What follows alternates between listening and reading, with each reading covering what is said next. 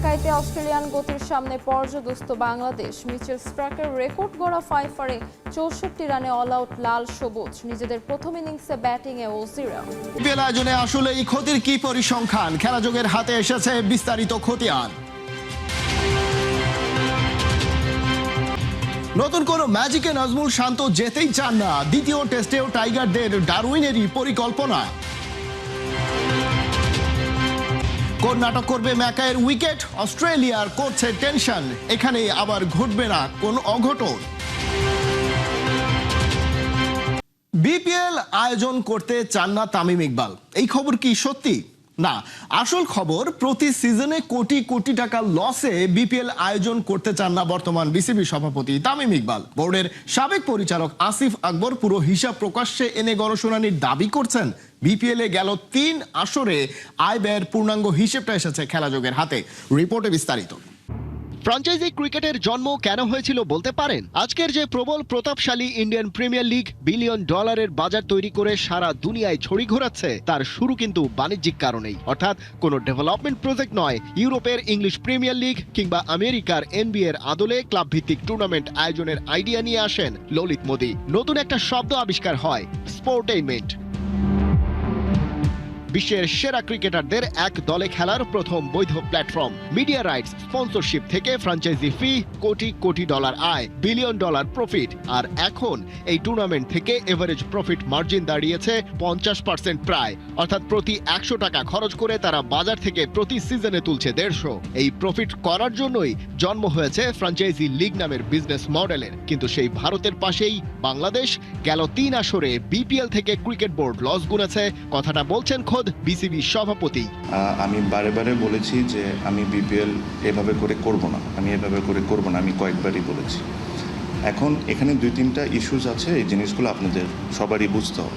তামিম ইকবাল নিজের press meet শেষ করে চেয়ার ছাড়তে না ছাড়তেই বোর্ডের সাবেক পরিচালক আসিফ আকবর অ্যাক্টিভেটেড। তিনি মানতে রাজি নন বিপিএল এ গেল 3 আসরে ক্ষতিতে পড়েছে বিসিবি। চাইছেন গণশুনানি। খেলাযোগের হাতে এসেছে গেল 3 আসরের বিপিএল এ আয় ব্যয়ের পূর্ণাঙ্গ নথি।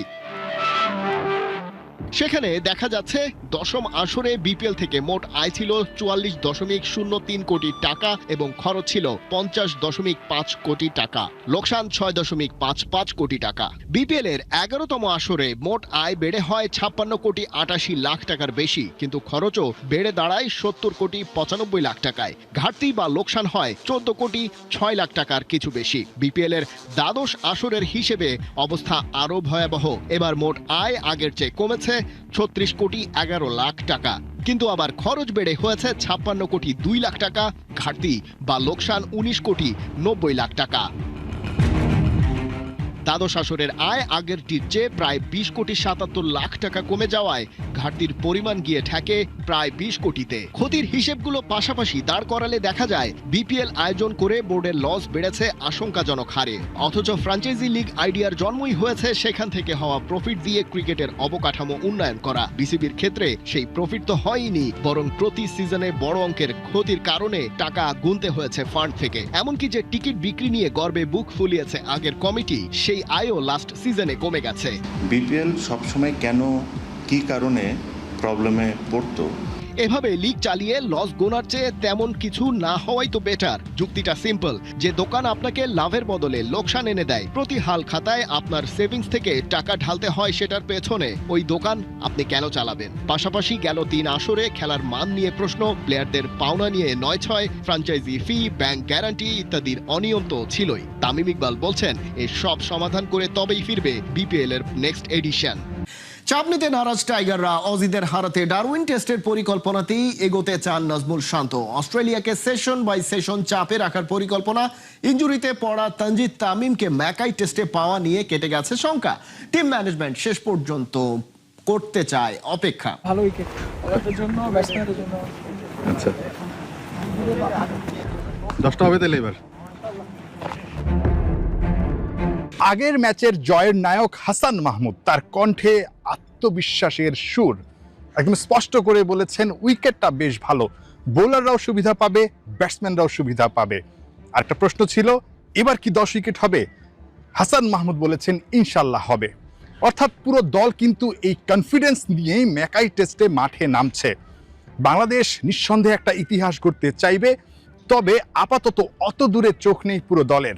ক্যাপ্টেন নাজমুল হোসেন শান্ত পুরো দলকে শান্ত রাখার চেষ্টা করছেন, বলছেন ঠিক ডারউইন টেস্টে যেভাবে বাংলাদেশ খেলেছে, যে পরিকল্পনায় খেলেছে, ঠিক একইভাবে এই ম্যাকাই টেস্টেও তারা খেলতে চায়।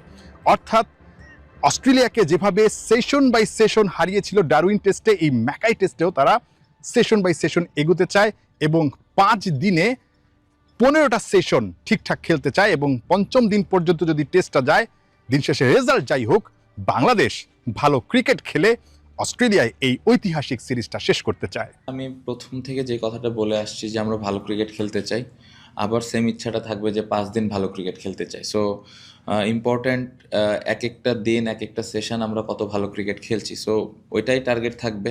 আমার মনে হয় যদি প্রসেসটা ঠিকমতো ফলো করি, আমরা প্রত্যেকটা সেশন বাই সেশন ভালো ক্রিকেট খেলতে পারি, result will come automatic.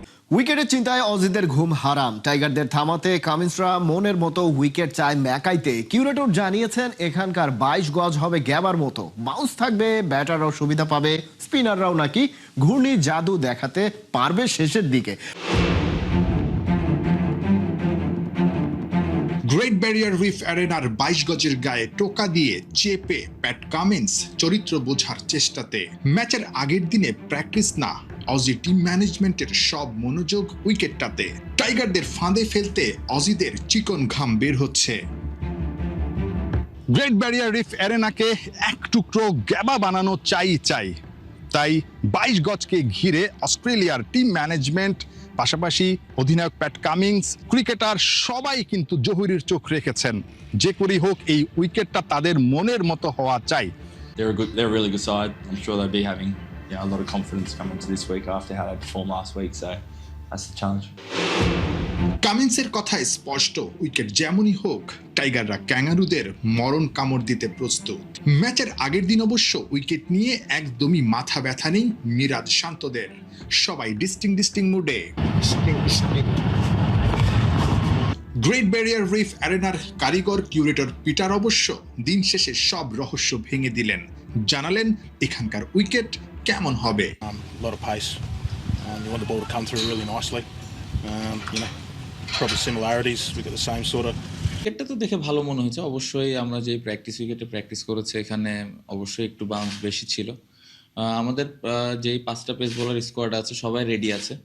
Positive দিক হলো যে 2টা স্পিনার আছে যে কোনো কন্ডিশনে ভালো বল করে। সো আমার মনে হয় যে যেহেতু আরও একটু সময় আছে, সকালে এসে আরেকবার উইকেটটা দেখে টিমের জন্য যে ডিসিশনটা নিলে ভালো হবে ওইটাই আমরা নিই। অস্ট্রেলিয়ার ম্যাকাওতে দ্বিতীয় টেস্টে প্রথম দিনেই 64 রানে অল আউট বাংলাদেশ।